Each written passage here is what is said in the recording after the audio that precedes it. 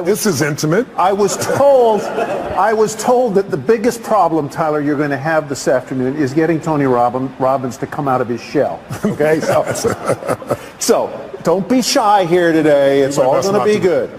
We were talking backstage, and you teed up a question that I think is part of every business owner's journey, and that is the art and science of overcoming the obstacles that you face.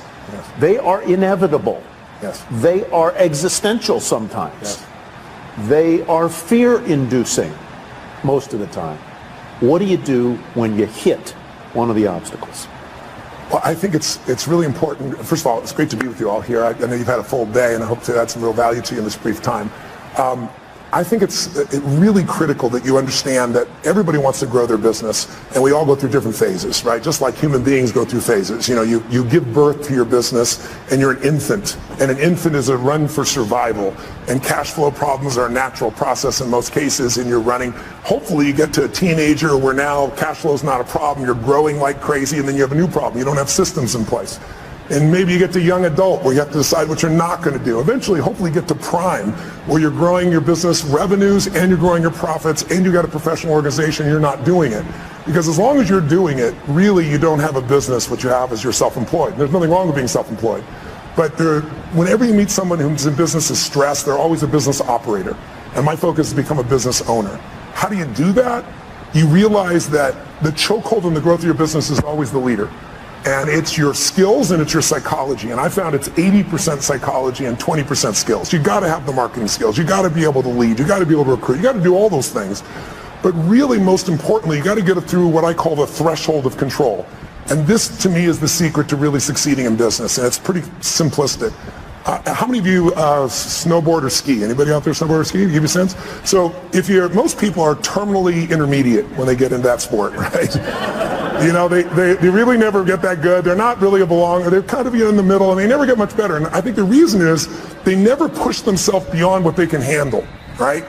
You're used to greens or blues, and you find yourself on a double black, and what happens? Everything inside you freaks out because you're past what I call the threshold of control, your comfort zone. And you look down, you go, I could die doing this. So now you have two choices. Either most people slam themselves on the ground, hang on for dear life, and try not to skid off the cliff, and at best what you do is survive, or a few people let go of their fear, no matter how scary it is, and goes, I got to go down this thing, and there's no other choice, and they focus on where they want to go instead of what they're afraid of, and they find a way to carve. And once you carve a few of them, that double black is your bitch, right? You don't have to worry about that anymore, right? And so that's what happens in business. So for me, I can remember going and starting my first business in Vancouver, British Columbia, Canada. I got on a radio show, and this person, it was a shock jock radio show, and I didn't know it, and they started attacking me and saying I'm a liar and a charlatan, you can't do these things.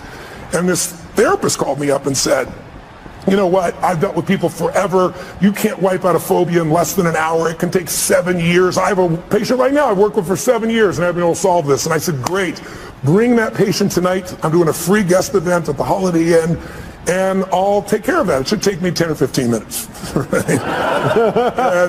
And you so do it? I did it, and I was able to do it. I wrapped a snake around this woman. She had a snake phobia. Phobia is an uncontrollable response. So because of that, I had people coming to these guest events like crazy, and I thought I hit the home run, right?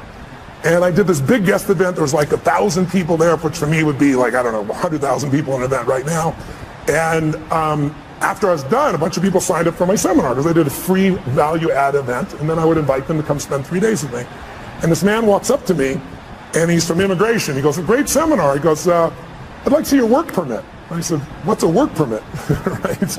You know, when you're in beginning business, you don't know these things, right? He goes, well, to work in this country, you need a work permit. And he said, I'll tell you what, I got to see you tomorrow at 5:30. I goes, well, my seminar starts at 7. He goes, you'll be fine, just you got to be there at 5:30. He said, I'm not asking, it's a requirement. So I show up at 5:30. I wait for half an hour. Now I'm starting to stress. And finally I sit down with a guy and he says, you're taking away Canadian jobs. I said, how many Canadian firewalkers are there? Come on, that's what I was doing those days. And he said, no, you teach NLP skills, neuro-linguistic programming, and these people have classes of 20 people and you got a class of 500. And so they say you're taking jobs, so your event is over. So what do you mean your event's over? He goes, if you walk on that stage tonight, we will handcuff you and deport you. This is what I call a threshold of control. Right? He says, you're going to have to give the money back. I said, I can't give the money back. I spent all the money to put on the seminar. I wasn't a good businessman. I just wanted to help everybody, right? So I spent all the money. And he goes, you have no money? Well, you're going to have to deal with that. So I walked out of the building. I have 40 minutes. People are going to arrive. I can't go on stage. What do you do? I told my 3 staff members, 2 of which were volunteers, what happened. They're like, and I said, here's what we're doing. I'm doing this seminar. And they said, you're going to go to jail. I said, I'm not going to jail. I said, how close is the border? True story.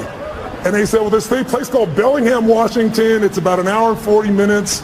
I said, rent me 6 buses, and I'll meet the people out front before they go in the hotel. This is not a problem. I met everybody up front. They said, this is a traveling seminar. It's a surprise, right? We're going to Bellingham. We're going to America.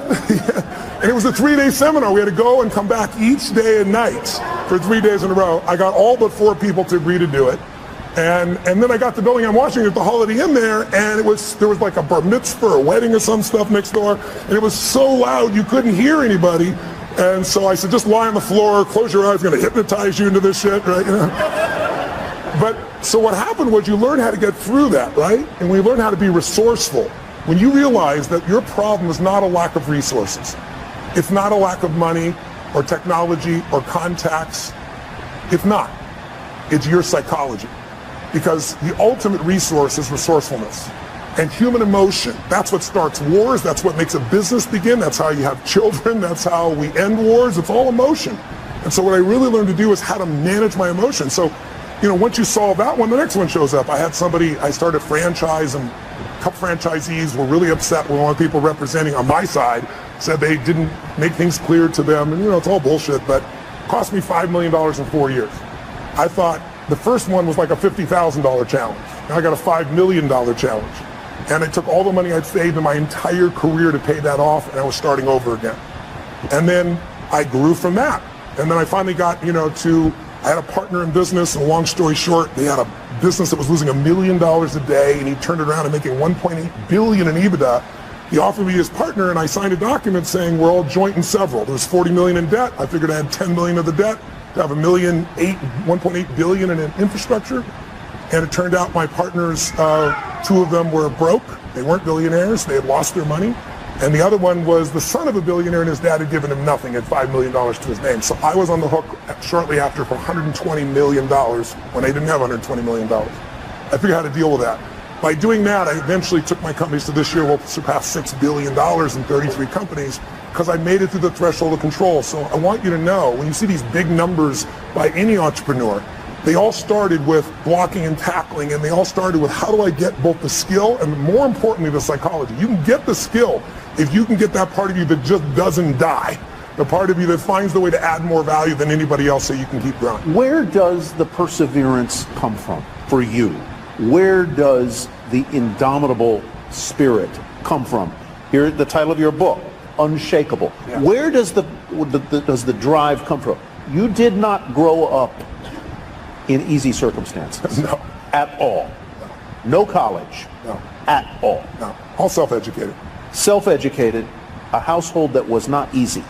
True. Is that part of the reason that you are as perseverant as you are, as optimistic as you are, as forceful as you are? That didn't create my optimism. No, it didn't create your optimism. but maybe it was a way to I think it developed moxie. My mother was a really good woman. I didn't talk about it when she was alive, and frankly, even if she passed, I didn't talk about it until one day I was sitting in front of a group of 30 kids that were abused by their parents. And I told them that, you know, your biography is not your destiny, and you're not defined by what happened. But I could see in their eyes, a big, tall, white, rich guy, you know, he doesn't understand. And so I told him the whole story. My mom beating me against the wall till my head bled, pouring liquid soap down my throat till I threw up. So I think in order to protect my younger brother and sister, I had to become a practical psychologist. That drove me, and I developed moxie to be able to deal with stuff. So that was the gift. If my mom had been the mother that I wanted to be, I wouldn't be the man I'm proud to be, I think. So that was the gift in it. But I think the drive part is falling in love with your customers. I love people. I've always loved people. And I hate suffering because I've suffered. And I love to light people up, and not just light them up, pump them up. I love to have them have a skill, have them a tool, have a system. You know, when I do my boot camps each year for our business mastery programs, I guarantee everybody there on the day one, you'll have $1 million of value in your opinion, or we'll give you, keep all the stuff you got and we'll give you your money back. No one ever leaves.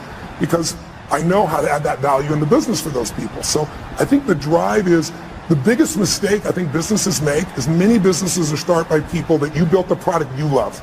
And that may still be true for you. Like you built this great jewelry, or you built this great software, or whatever skill set you have. But the problem is the world changes so fast now. I mean, I'm old enough. Who remembers the Sony Walkman? Anybody ancient enough to remember that shit? That product lasted 20 years. Now a product like that won't even last a year, right? The competition is too high.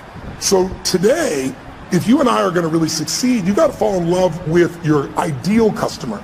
Because look, I'm sure you know that right now the economy we have is looking pretty good, but it's going to correct because we've done nothing since 2008 except print more money.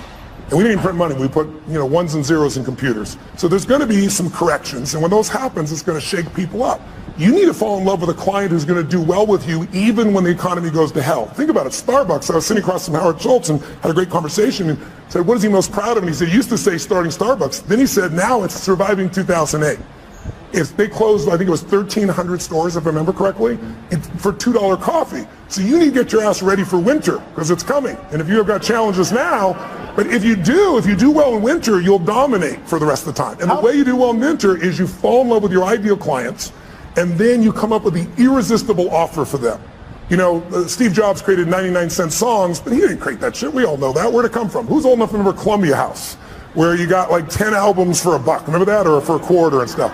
They built $1 billion company. Tom's Shoes, shitty product. I love him. Great what he does, but 2 for 1, being able to do something where I get it and I benefit somebody else, brilliant idea. Built the whole company on that. He didn't build it on the product. He built it on the mission, right? So you need an irresistible offer for the client who is ideal for you, and you want to fall in love with a client. Don't fall in love with your product or service because those need to change. And if you fall in love with your product or service, somebody's going to beat you. They're going to be anticipating. I always tell businesses, there's 2 businesses you have to manage right now. You have to run the business you're in, because if you don't run that, your cash flow, your challenges are going to bite you. But you also have to run the business you're becoming. And both businesses you have to be making progress on. If you get all excited about the future and all the cool stuff that's coming, and you go work on that, and there's no cash flow now, you're dead in the water. If you just work on today, you're going to wake up and go, what the hell happened? My competition beat me. It's those 2 sides. And my 33 companies, I look at what the company is now and what it has to be constantly. So we're doing the grunt work, if you will, the important day-to-day work, while we're anticipating the future. When you were building your businesses, and you've gone through an evolution, as all business owners do. I mean, what you were doing 30 years ago isn't really what you're doing today. How and when did you know that you were doing in life what you were meant to do? Because I think that's part of the quest of the entrepreneur, is to achieve that. When did you know it? How did you know it? When did I know? I think I've known you. I think you know it at different stages, at different levels, at different times. It's like I can remember one that stands out from you. Yes, that pops in my head is President Clinton calling me. I was with Peter Guber, my partner in the esports business, and we both owned the LAFC new MLS franchise, soccer franchise, building a stadium here. I was at his home in Aspen, and he says, the president's on the line for you.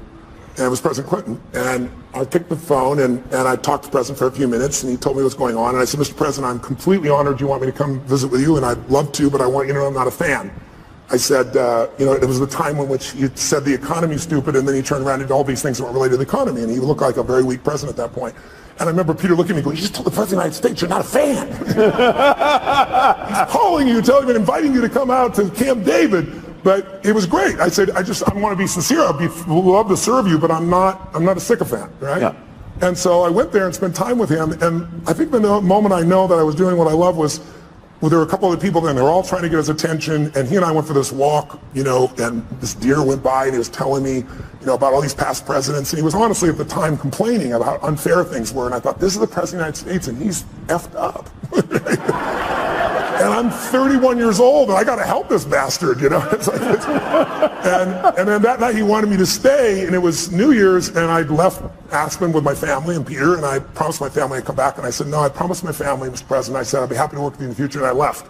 Leaving the president when everybody else stayed, was a moment I realized I'm doing what I'm really supposed to do. I've kept my priorities straight. My family's still number one. Making contribution is number two. I'm able to play on the scale that's global, and I'm able to play on the scale that matters most, which is local and family.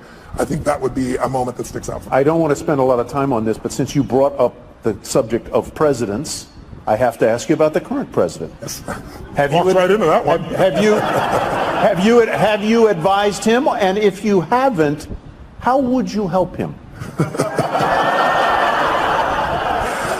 Brain transplant? No, just kidding. Look, I know the president quite well. I've known him for many years. I gave him his first big speech. I might be to blame. He wrote about it in his book. He thought he was coming to speak to 200 people in my seminar with 10,000 people, and he just kind of lost it a little bit. And then his number one piece of feedback on how to succeed was get a prenup. And I thought, oh my God.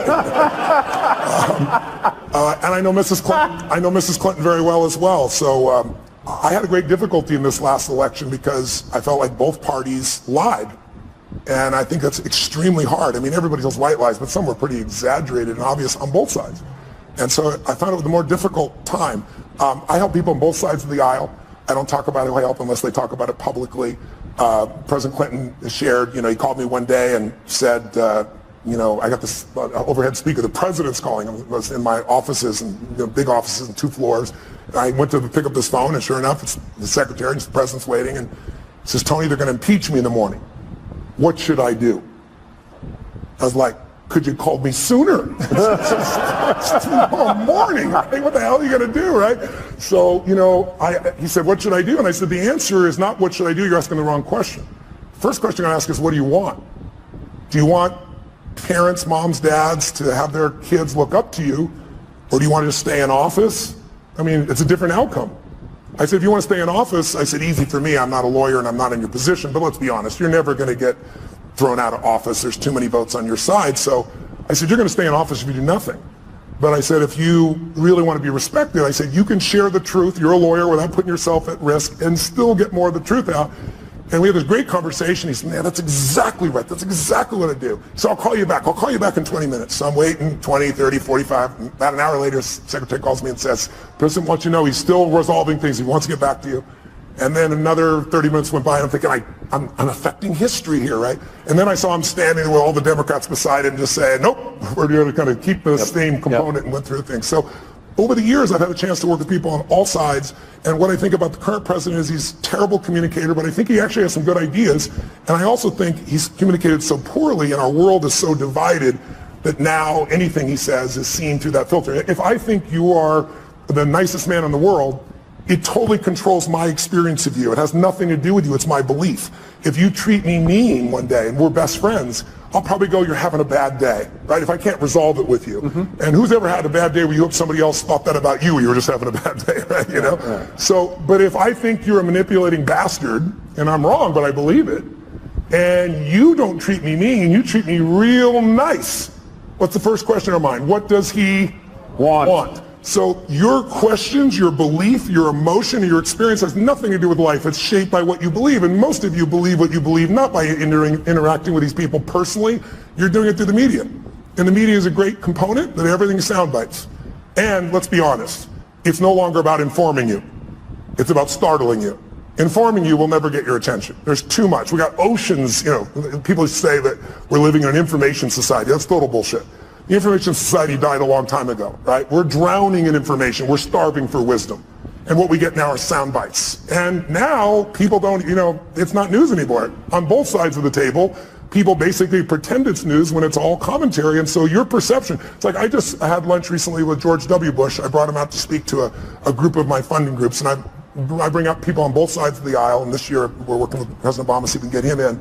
But to give you an idea, most people there thought, they're more liberal, and they were thinking this guy's evil.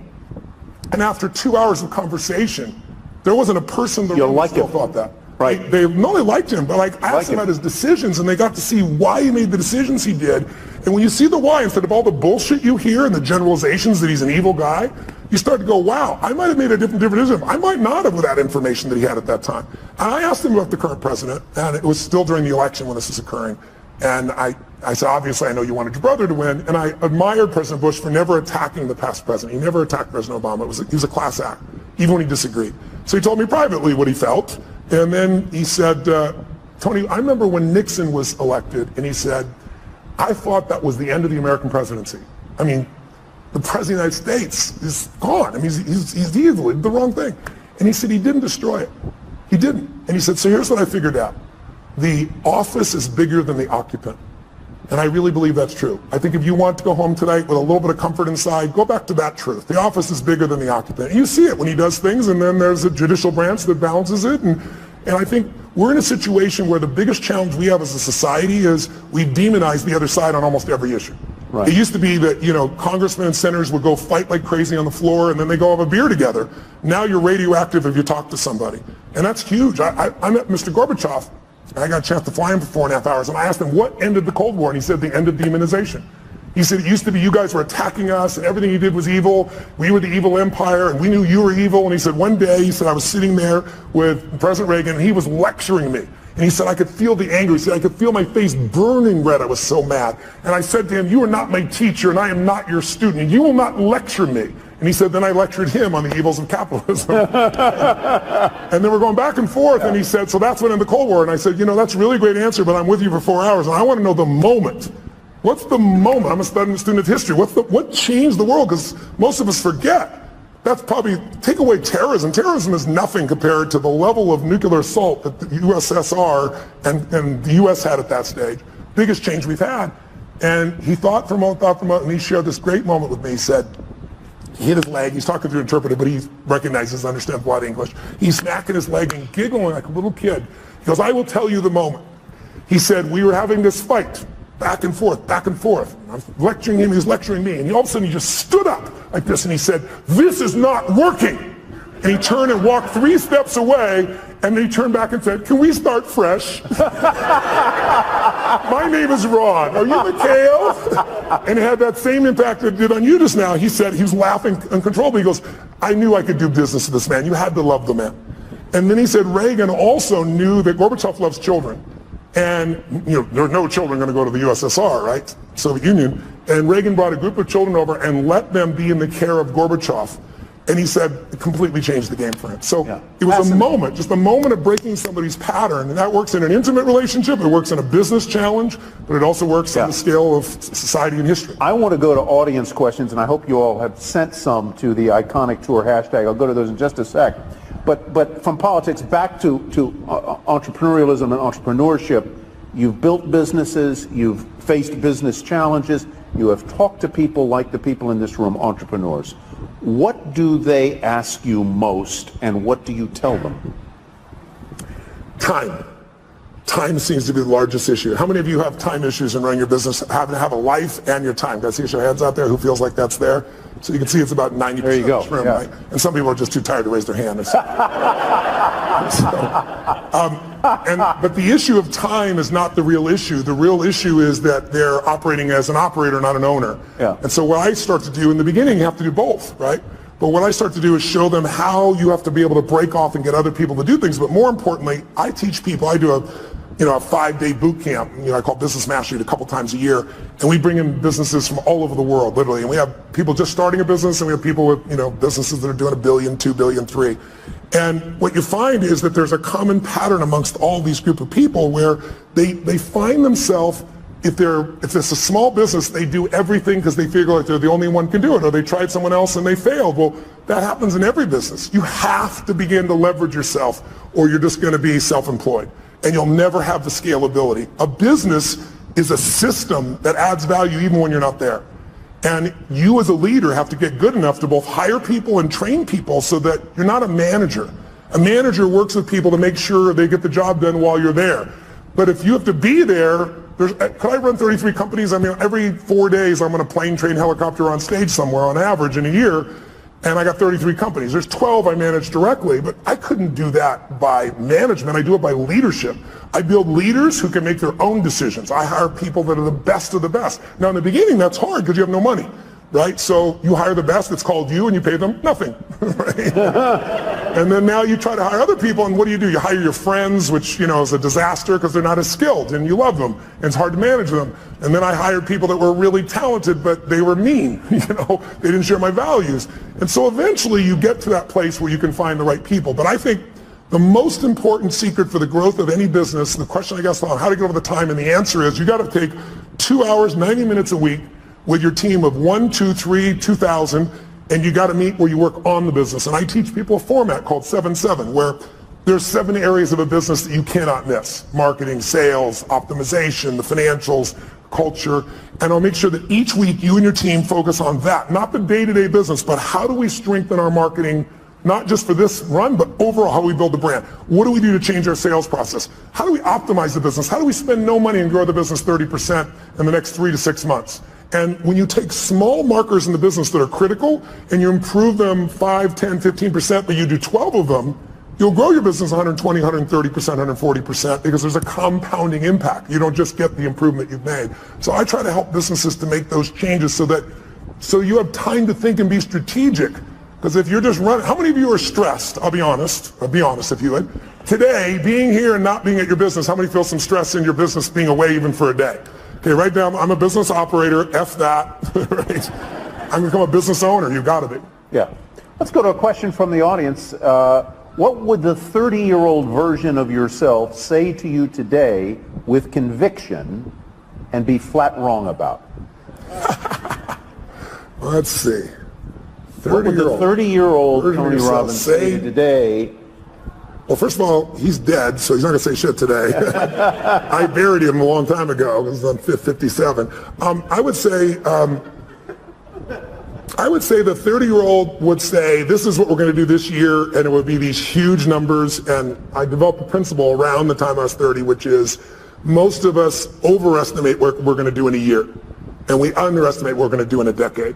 And a decade happens that fast. You'll blink your eyes and the decade will be here. That is a great point. I really, truly, everything I do is long term. I think it's the biggest challenge we have in corporate America is everybody's looking at the next quarter. Instead of the best business people, the Mark Benioffs, the Steve Wynn's, the Peter Gubers, the people that I hang with, they all are decade-long people. When I was 14, I said, this is how my life's going to. I decided. I said, in my 20s, I'm going to help. I want to have the skill to help anyone change their life. If I'm committed and they're committed, it's going to be done. I'll have the ability. So I got to build to that, which I did. And then I said, in my 30s, at 14, I said, I'll do that with groups of people instead of one-on-one. And then in my 40s, I'll do it with big groups. In my 50s, I'll do it with companies. In my 60s, I'll either do it in government as a servant there or in a religious context, because I'm a spiritual person, but I don't tell people what to believe religiously. But at that point, I've lived long enough, maybe I will. Would you ever run for office? Before I would have said yes. Now the answer is no. I've served on both sides of the aisle, and it's not really about the office. It's about fundraising right now so much of the time. And I would not do that unless I ran with my own money and maybe a small number of friends. But at this stage, I think it would disrupt my wife's life so much. Yeah. I'm a very public person, and she's not, and I feel bad for her, so I don't think that would be the right direction. Let's go to Jeff Conlon's question. If mindset is the key or a key, how do you shift your mindset? I was going to ask a question that's related to that, and that is, you're now, when you say you're top of the world, but you're a confident guy. What do you do? What do you do when you have self-doubt? And that's sort of, how do you shift your mindset? How do you deal with self-doubt? I don't have a lot of it at this stage, but I... Shocking! I'm being honest, right? I think self-doubt is, instead of self-doubt, I would say questioning. I think it's critical to question, but at certain stages. If you're questioning all the time, you have nothing but fear and doubt, right? You only believe something because you don't question it, right? Someone tells me, oh, so-and-so, talk behind your back, this, and you go, no, they're my friend, they'd never do that. Your belief, you're certain they're not going to do it, so you don't even entertain it. But if 2 or 3 people tell you that and they go, wow, could John really be doing this behind my back? And you start questioning it. Have you ever done that? You've been upset with somebody, you confront them, and then you find out it's all bullshit, they didn't do anything wrong, and you feel like an idiot? So for me, I think there's a time to question. And so I organize that. When I'm beginning something, I do that. And my investments is a perfect example. If you look at somebody, like Richard Branson, for example. Richard is this giant risk taker, right? But he's got one question. He questions within himself and everyone else. How are we going to protect the downside? It's his number one question. He never believed it. The guy risks his life. When it comes to investments in business, he doesn't risk anything. He told me when he was building Virgin, he's taking on British Airways, and it's a giant outlay of capital. I mean, this could literally bankrupt him, and everybody said it would. So he said, okay, how to protect the downside? And he negotiated with Boeing for a year and a half and convinced them that if he went out of business, if he was wrong and lost his business in the first 2 years, he could give back all the jets and have no liability whatsoever. So his whole focus is asymmetrical risk reward. How do I take the least risk with the most upside? If I was going to say anything to entrepreneurs in this room, the illusion that you've been taught is that great entrepreneurs take giant risks. It's total bullshit. There are some exceptions that have, and they've gotten lucky. But if you look at the ones that consistently succeed, they know the upside will take care of itself. They focus on how to protect the downside, and they take risk where they know I'm taking a limited risk for an unlimited upside. So if I'm wrong, I'm still okay. You know, I work with Paul Tudor Jones, one of the top 10 traders in the history of the world. And Paul, I've worked with him, I've coached him now for 24 years. He hasn't lost money in those 24 years on his own personal trading. And during that time, I've learned so much from him. And the biggest thing I learned from him was this asymmetrical risk reward, that when he risks $1, he wants to be certain he's going to make $5 where he doesn't risk the $1. See, most people risk $1 to make 10% or 20%. You won't do that. If you do that, you're going to go broke. Because here's what happens. You risk $1 to try to make $5 and you're wrong. Risk another $1, and if you win, you still win big. You can be wrong 4 out of 5 times and still break even. That's how the best in the world do it. They don't do it by taking these gigantic risks where everything's on the line, and if it doesn't go perfectly, you're out of business. That's why most businesses go out. You want to think of asymmetrical risk reward. Tudor Jones, curiously, as an aside, was a classmate of mine at the University of Virginia. Wow, that's awesome. I met him there. He would never remember me, but a fascinating guy. Another aside, because you mentioned he's a hedge fund manager in Connecticut. You did a brilliant interview with Ray Dalio for, I believe it was Facebook, not long ago. Yeah. And his book is really terrific, called Principles. I recommend you all go get it. It's very, very good. It's one of the greatest business books I've ever read, because if you don't know who Ray is, most of you know Warren Buffett. That's because Warren Buffett is sweet in shares and his public nature. But Ray is actually the most successful investor of his type in the history of the world. He's returned more money to investors from a hedge fund perspective than anybody in history. When I met Ray 10 years ago, you had to have a $5 billion net worth for him to talk to you. You couldn't be a billionaire, that's too weak. And you had to give him $100 million to start. Now he won't take your money no matter who you are. When I went to go interview him the first time, the Prime Minister of China was talking to him on the phone. He was coaching China on what to do with their money. That's how brilliant he is. Yeah. Hedge fund people, if you're familiar with rich people give their money to hedge funds, a big one might be, let's say, 20 billion. He's 160 billion. But go get his book. He flew down to Palm Beach to my home. And it's called Principles. He said, I want you to be the first person to interview me and do it on Facebook Live, so I did. But I love this man, and he will show you how he built from nothing. He literally started with nothing. He worked as a caddy. He started when he was 26 years old in a 2-bedroom apartment, and now he's got 1,800 employees and 160 billion. And he's one of the 100 richest men in the world and one of the top 10 that you'll meet. But his insights about how to run a business, how to run your life, we all need principles to guide our decision making. If you really think about it, success is the result of good judgment, right? If you make great decisions, you're going to succeed. But where does good judgment come from? You know, good judgment also often comes from experience, and experience often comes from bad judgment, right?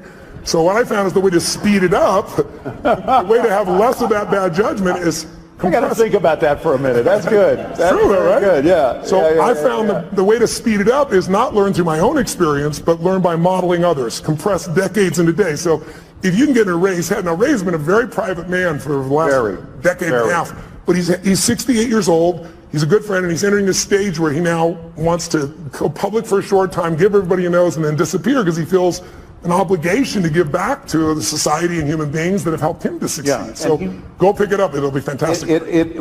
We had him at another event, and he talks about this idea of radical transparency and how he runs his business. It's a very different, I'm not sure it would work for every business, but it certainly worked for him. Let's go to Satori's question. With so many people wanting your help, what are the factors for you to select whom you privately train or mentor? You're a busy guy. You've got a time management thing. Yeah. I'm sure a lot of people would like a piece of Tony Robbins' mind. Yes. How do you decide whom you're going to help? Well, first of all, I try to do things online. There's a zillion things on YouTube, so no one has to spend any money. Anybody who wants to be inspired can do that. The only thing I don't like about that is it's random. Mm-hmm. I'm a system guy. Like, I know how to take you from here to there, so I have products that can do that for people. And then I have events, and the events have gotten bigger and bigger. Now we do 10, 14,000 people in a weekend. And so anybody can go. Who I coach are people that I know by touching them I can touch millions more. So when I worked with Mark Benioff at Salesforce, in the early days, Mark sat in the front row, came to 3 of my same seminars in a row, and was like, are you new? Are you a little slow? I was teasing him, And Mark's as big as I am. He stands up, I'm looking at this guy eye to eye, and he goes, my name is Mark Benioff, and because of you finally pushed me over the edge. I'm going to start my own business. I'm leaving Oracle. I'm going to start this company called Salesforce.com. And he said, and you mark my words, we're going to change business around the world. We're going to do $100 million in business. Well, this year he's going to do 10 billion, right? So he's grown a little bit. But when you're around people like that, you get to see what the distinctions are that separate people. You get to see what makes them stand out. And by coaching him, I'm able to affect everybody, not only all of him and his employees, because he's that kind of owner, right? He's a leader, but also he's a leader in the social community. He's very conscious about that. And everybody from Facebook to Apple to GE, their back end is Salesforce. So impacting him impacts many other people. And then I just pick people who I feel the need is. I mean, somebody stops me on the street, my wife will tell you I can't not help. I got to help someone. Now I may have limited time, so then I'll invite them to a seminar or send them a book or a package or something so I can give them a guide to go to the next level. So I don't ever say no, but I can't coach everybody one-on-one, so I try to do it in groups where there was a wonderful anecdote I read, since you brought up Mark Benioff, that I guess he was a guest at at your home or resort in Fiji, and in the middle of the night, he and all of the other guests, this goes to the question of how do you overcome your fears? Tell that story about Benioff jumping into the river and what you didn't tell him about the river. Well, I have a home in Fiji. I've been going there since I was 23, 24 years old. It's my favorite places in the world. And the people there are extraordinary. You're carried as a child every day for 6 months by someone 24/7. So when I talk about raising them, being raised by a village, it's true there. And they sing in 4-part harmony when they're 4 years old. So when I went there, I was touched by it. And I went and explored this island, and I was with this chief. And they have this river that goes both ways, because it's this river where the ocean comes in, and it looks like out of Africa or something you'd see down in South America, and eventually goes in this scary looking area into a giant lake. But the tide is so fast, it would just take you. And then, 8 hours later, it reverses and goes back out. So I was with him this one day, and I said, are there any, fish in there? And the Ratu, which is the main chief, points out, goes, what about that? And we looked back, and it's a giant manta ray going under the bridge. So I said, F it, I'm doing this. And I just jumped in.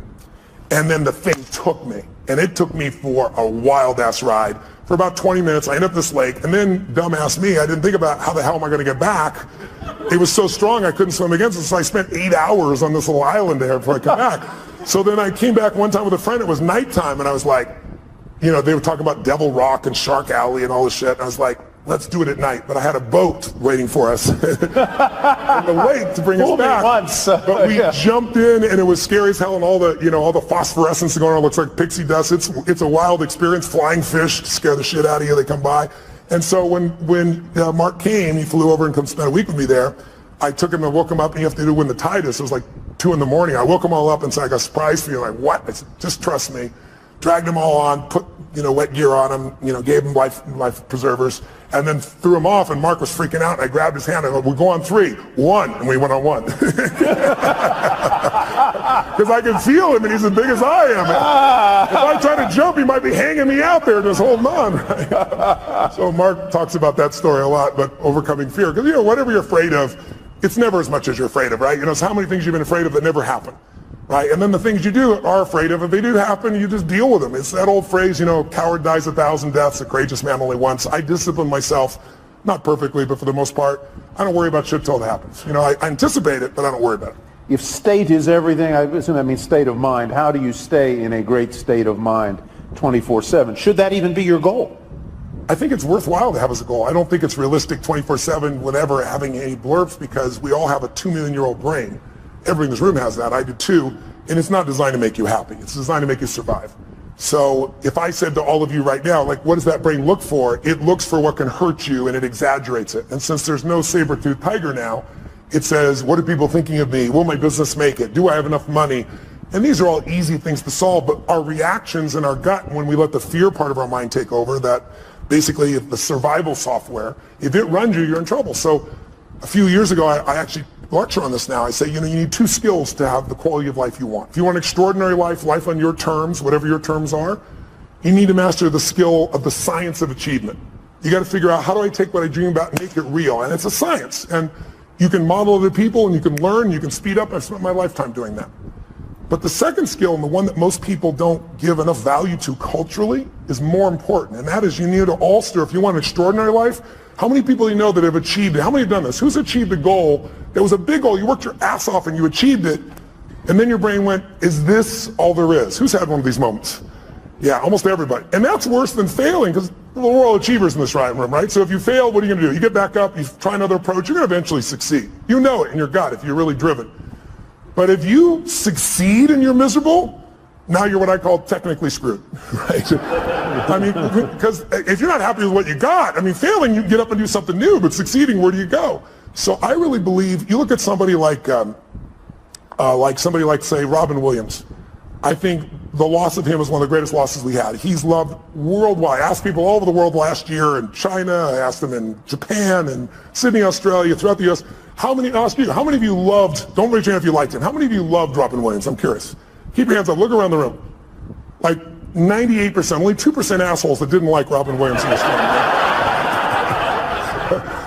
But when I say this, I didn't say like, I said loved. And so here's a guy, was he an overachiever?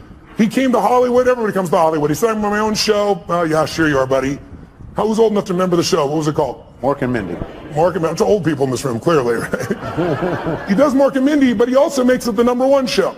Then he says, I'm gonna have a beautiful family. He does that. Then he says, I'm gonna make more money than I can spend. He does that. Then he says, I wanna make movies. He does that. Then he says, I wanna win an Academy Award for not being funny. His #1 skill. And he did it. And then he hung himself in his own home, leaving his wife and children to find his lifeless body. How do you explain that? I'll tell you the answer. He made everybody happy but whom? And his wife said he had Lewy bodies and upsets in his brain. That's all true, but he used drugs and alcohol his entire life. He suffered his entire life, made everybody happy but himself. And so I love the guy. One of my birthdays, I was at TED and I did this talk, which was very popular, and he came up to my birthday party. A bunch of guys took me out to dinner that night and jumped on top of the table and sang happy birthday as a Russian woman and then as a Chinese man. And you know, I've never lost a suicide, knock on wood, out of thousands. We've made films and follow-up, but I had no idea that's where he was. But I look at a man like that, I say, he's a warning as much as we all loved him, even more so because we loved him. I know none of you are going to kill yourself. I'm not worried about that. But a lot of people live a long time, but they don't really live, you know, because they let their stress and their frustration, you know. I always say achievers don't get fearful. We're all achievers, right? We don't get fearful. We just get stressed, right? Stress is the achiever word for fear. Because when I say to you, what are you stressed about? Well, I got to do this. I got to make this thing happen. What if you don't? Well, I got to. Well, what if it'll fall apart? What if it falls apart? Then it'll fail. What if it fails? Then I'm a failure. What if you're a failure? And now if I follow the trail of your stress, it'll take me to your deepest fear. And the only way to have your life work is to face that fear and push through it. What is courage? Courage does not mean you're not afraid. It means you're afraid and you do it anyway. You're scared shitless, but you do it anyway. And I think if you're going to succeed at the highest level, you've got to face those fears. Leads right to the next question. Based on your experience, what are the top 3 characteristics to have in order to be successful? For these type of people, what does success look like? What does it feel like? What are the characteristics that can get you there? What success looks like and feels like is different for everyone because we all define success in a different way. So I leave that to them. But what does it take to succeed? That I can tell you because I could be an idiot at this point. But when you've been with 50 million people, 4 million in live seminars for days and nights and days and nights, I know that whatever we do, it's a result of our patterns. It's not us. There are certain patterns that'll make you angry, they'll make you frustrated, they'll make you pissed off. And there's certain patterns of thinking and feeling and using your body that'll make you playful and fun and grateful and excited and passionate. And if you think it's you, because you've done a pattern so long, it's hard to change yourself, but it's easy to change a pattern. Where do the patterns come from? We learn them through our conditioning. When you first are born, you can do anything in your life. You can, scream, yell, go to the bathroom in your pants. Try that when you're 30, see if it works, right? But you learn very quickly as time goes by, your love for nothing as a baby, right? Your love, no matter what you do, because your mother's, got oxytocin. She's drugged, natural drug in her body. Men get it too, but women get 10 times as much. That's why a healthy woman cannot leave her child. A healthy man can, but a woman can't. Right? She's biochemically healthy. And so you look at this and you say, what are the 3 things needed? I can tell you what they are. The #1, I love intelligence. I love wickedly intelligent people. I try to hire as many of them as possible, learn from them. But what's more valuable than intelligence is hunger. You find, if you looked at what's the common denominator between Richard Branson, Mark Benioff, You give me your list of whoever it is. I guarantee if you dig underneath, their hunger has never gone away. Some people get hungry because they got a goal to, achieve something or get in a swimsuit by a certain date or some stuff. But that's not an identity change, right? These are people that are like myself. I'm hungry today at 57 more than I was at 26. I feel in me. And when I say hungry, I'm hungry to contribute, to learn, to grow, to make a difference. I'll never settle less than I can be or do or share or give or create. And everyone I know that's successful, that's the driving force. Because with that hunger, you can get the skill. With that hunger, you can figure it out. There are a lot of very smart people who can't fight their way out of a paper bag in a pragmatic way. And they got, great transcripts and shit like that. I went to Harvard one time and I spoke, and right before I spoke, they had voted at Harvard Business School to not release anyone's transcripts to the recruiters of the businesses coming in, to block it. And the argument was, your education is more than just your grades. And I went berserk. I got up there, first of all, they said, Tony, I expect to be, 1,000 people there, a couple thousand people there. And they said, no, Bill Gates was here. We had 300 people. It's going to be much smaller. But we ended up with about 1,200 people, standing room only. And they gave me 30 minutes. And of course, I went 3 hours. I did. No one left. But one of the first things I did, I said, what is this bullshit I'm reading? This was in the paper that day. I said, listen, I'm not trying to be disrespectful, but you're being disrespectful to each other. I said, if you're not willing to show your transcripts, I agree with you. Your career, who you are, is more than just your degree here. But you chose Harvard for a reason. And there are people here that have worked around the clock and gotten, 4.0, and you got yourself a 2.6, and you're going to block them because there's more of you than the 4.0. It's not going to work that way when you get in business. When you get in business, you guys who are doing this right now, you're going to be judged on one thing, results. And your grades are the results in this context. And if you think your grades are not it, then convince me as the interviewer that the grades are a part of it, but there's so much more you've done. If you can't do that, you're never going to make it. I said, you guys, anybody voted for that? Just count on a future that is full with pain.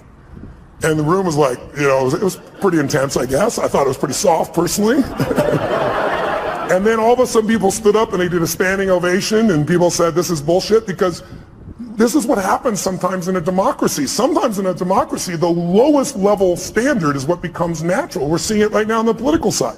We're seeing people that are, in Berkeley, the home of free speech, people throwing things, burning things, destroying things, who are supposed to be liberals who should be open for open speech. And then you see conservatives that are just as dumb, saying things that are inflaming people.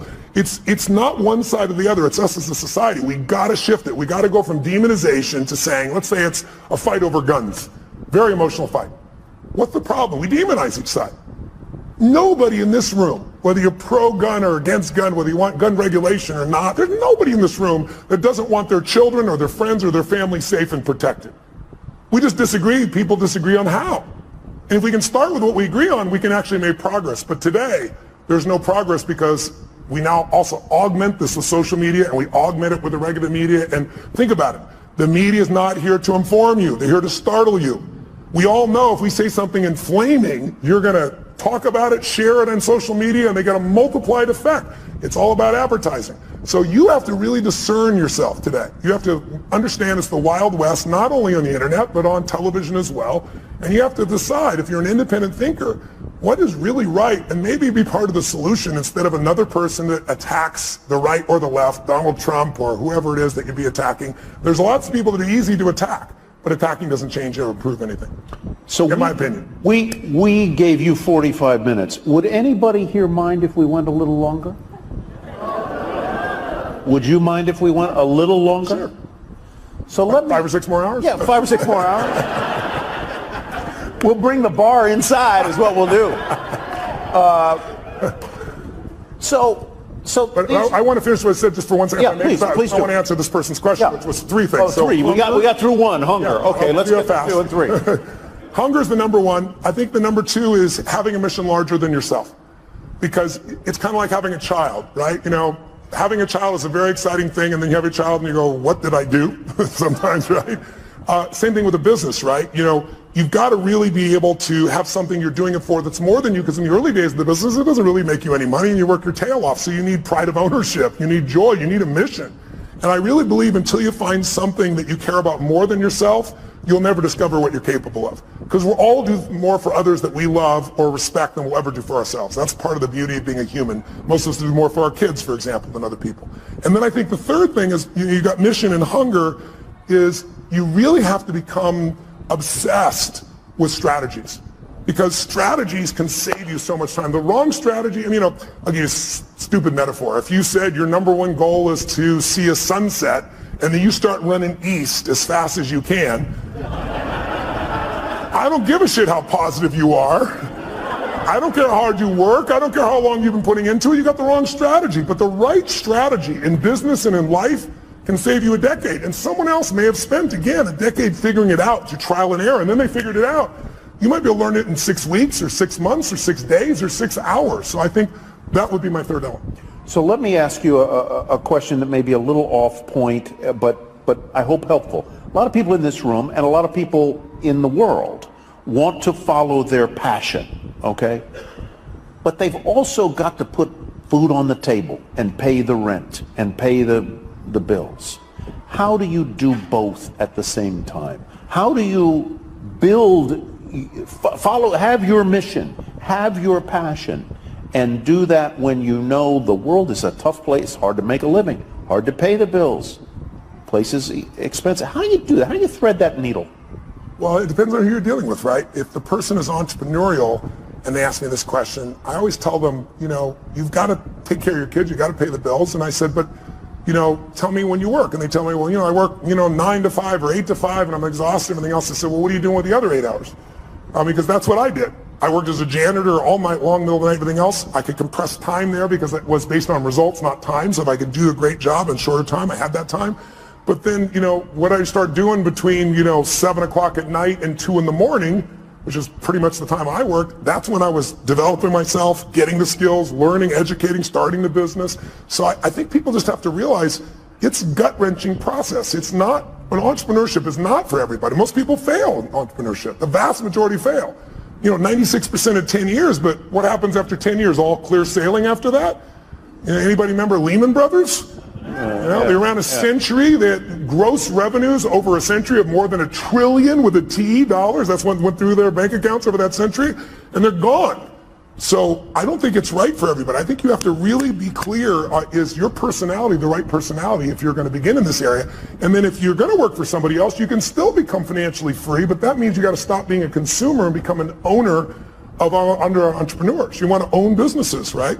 Get out of just being, don't just own an iPhone, own the company, but not just Apple, obviously. But how do you keep your energy up and your enthusiasm up?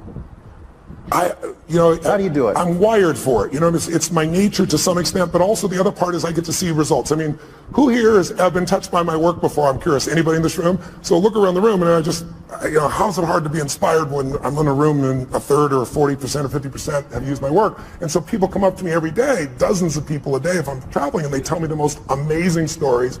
Outside my children and my wife, that's probably the greatest gift of my life. I never get tired of hearing it, and it just makes me want to deliver more, give more, have more impact. Yeah. You get the last word. Tell them what you want them to know. Well, if you're entrepreneurs out there, here's what I'd say to you. I'd say, don't be so damn hard on yourself. I know that sounds counter to being an achiever, but when you're beating yourself up, you're sucking out the energy you need to move forward. It's kind of like, I always tell people there's so much energy, and I've built mine. I do a lot of things to build my energy to be incredibly strong and have really strong endurance, because to me, energy is life. If you don't have strong energy, you're not going to do anything. But even after we look at that energy, it only goes so many places. So if your energy is being caught up, if you take energy in a business and you pour it into external marketing, going out and reaching people and adding value, that business is going to grow. But if there are inner conflicts in that business between people, then the energy is being sucked in here and less energy is going out there. The business is going to have problems. That's also true of you. If you allow your disappointments to create these inner conflicts and fears and you let them run wild within you, they're going to suck the energy out you need to go to the next level in your business. You have to discipline your disappointment now. Mine is the 90-second rule.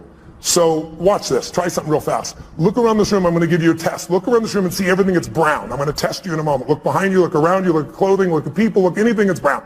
Brown, brown, brown, brown. Record it in your mind. Close your eyes. Now, with your eyes closed, tell me everything you saw just now that was red. If you see more brown than red, say I.